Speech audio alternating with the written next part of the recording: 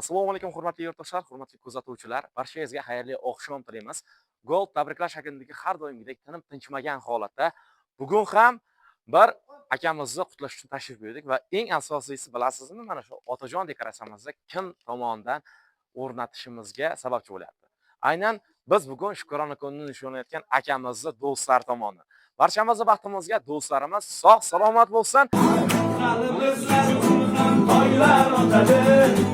Ertaga ne bo'lishini Alloh biladi.